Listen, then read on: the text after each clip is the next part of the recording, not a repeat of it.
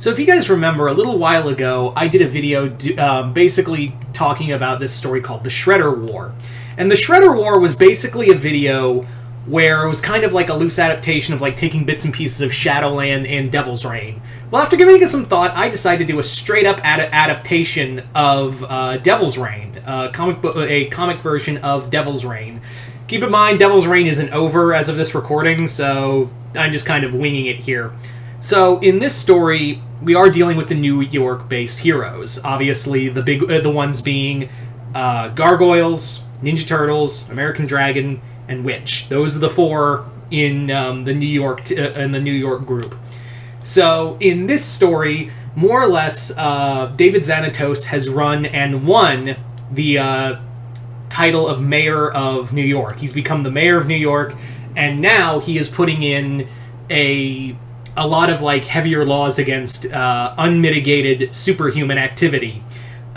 Essentially, he goes by the argument, rather than metahumans or superhumans have to register, it's more like they're not human. Most of these people aren't human at all. And keep in mind, Witch is more or less in the shadows. They more deal with stuff that goes on in Kandrakar. They don't deal with the stuff that's here in New York. They just deal with the stuff that leaks into New York. The ones that are being known are Jake, the Turtles, and the Gargoyles. So Zanatos is making the argument of, we can't trust them because they're not human. We don't know what they are. So Zanatos has basically implemented a new kind of security force that will protect New York from any kind of unsavory, non-human activity.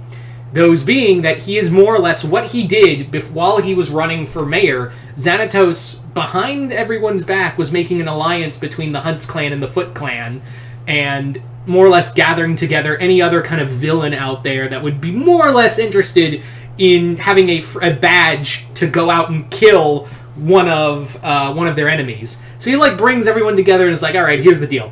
I am going to deputize you guys into a new security force. So now you'll have free reign to do whatever you want, and you can basically kill the Turtles, the Gargoyles, and, that dragon dude, and anyone else who gets in our way. And you will be doing it within the law of New York. So, have fun.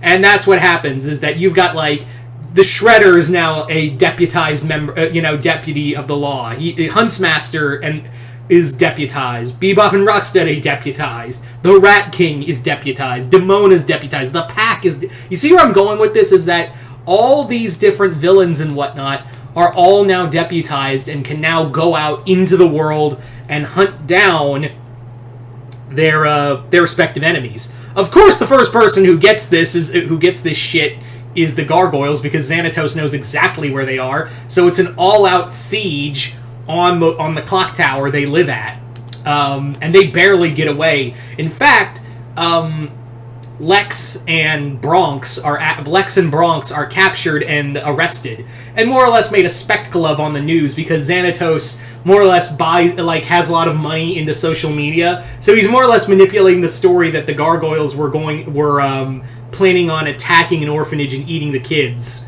So he kind of like hashtag no more Gargoyles or stuff like that. And among other things, you have other characters out there who are running for their lives. The Gargoyles do manage to escape, even though, like I said, Lex and Bronx are arrested and put away against their will, because they don't have any due to new laws, because they're not human, they don't have any rights.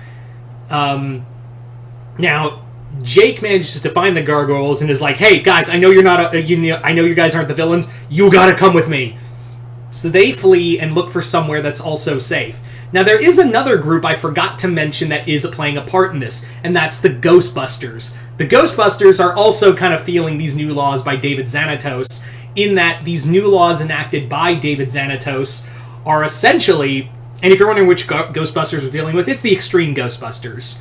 So the extreme Ghostbusters are also feeling these laws because they're also dealing, like, they're not working within the government. They're an outside company. They have to integrate with the government and play by their rules. And to which Egon's like, no, that's not how this works. You know, we're a contracted group. And Zanatos is like, well, that's not that.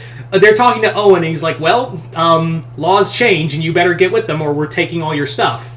You know, by law, we can take all your stuff.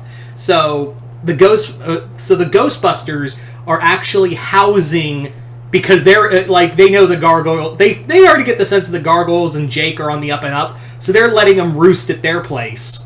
And essentially, who told them to go there, because no one would suspect that they would be hiding monsters in their own house, is Rose. Rose, of course, Jake's girlfriend. She tells him, look, shit's gonna get really bad. The Zanatos guy has got the Hunts clan and the Foot clan working perfectly. The only thing you had going for you, and outside of facing the full brunt of the Foot clan, the Hunts clan, was that they were at a shadow war with the Shredder. So now that they're united, you're dealing with the full brunt of that. And these guys, Bebop and Rocksteady, the pack, they're fucking scary.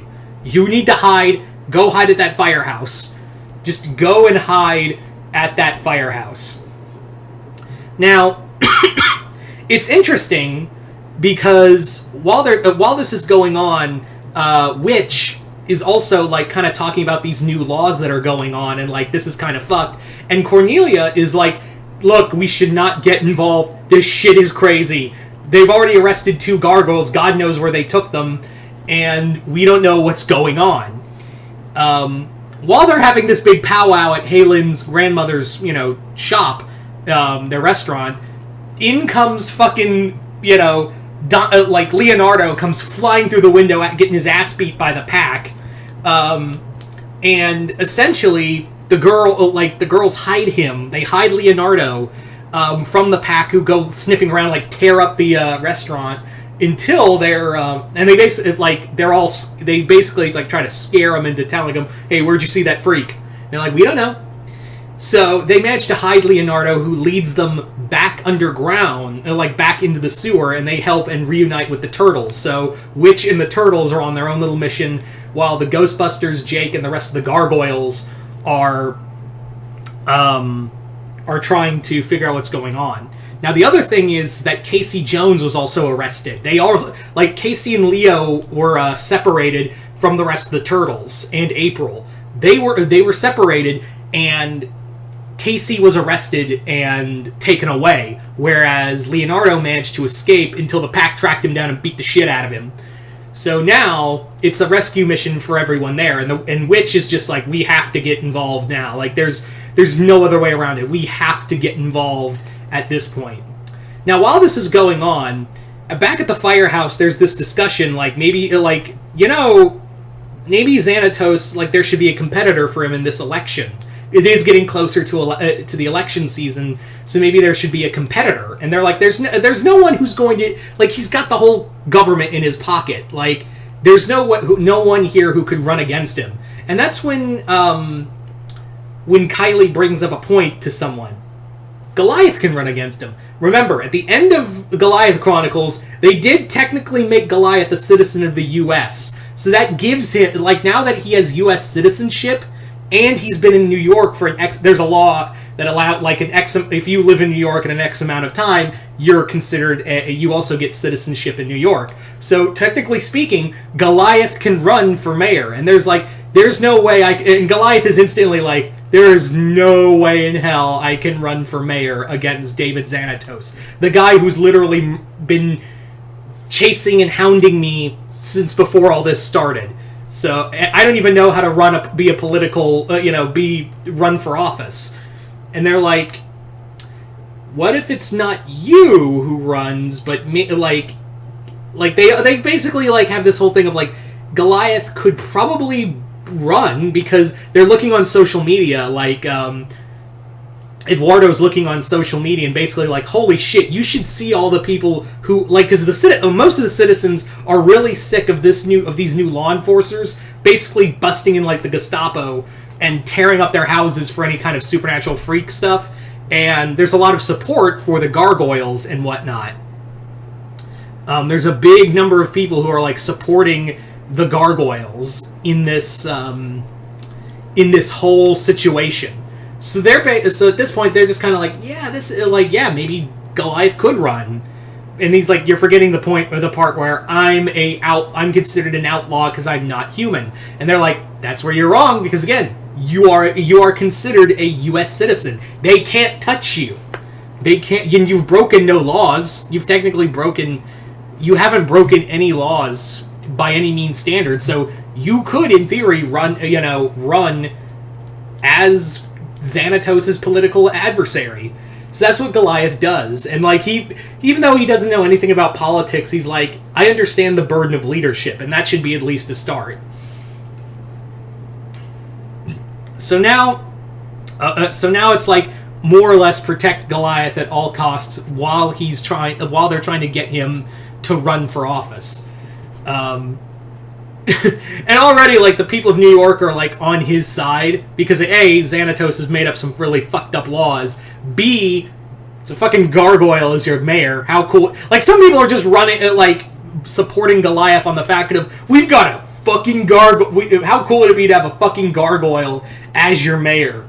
And someone brings up the point of, hey, he's stoned by day, What we do? Like, what if a crisis happens during the day? We gotta wait for him to come out at night, and they're like, and everyone's like, everyone has this moment of like, because they bring up the point of like, what if there's a crisis during the day and we can't get to him until nightfall?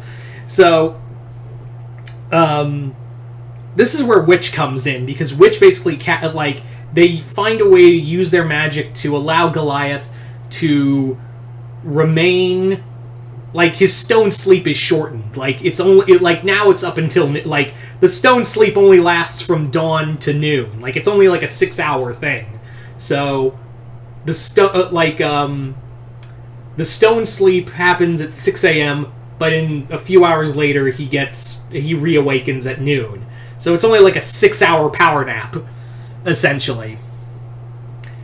So, yeah. So there you go, guys. That is pretty much my idea for a Devil's Reign cartoon adaptation. You guys tell me in the comments below, what did you guys think of it? Like it, hate it, comment below, let me know. And as always, if you haven't already, hit the link below to my Patreon. Other than that, I'm Mr. Multiverse. I'll see you next time in the Multiverse.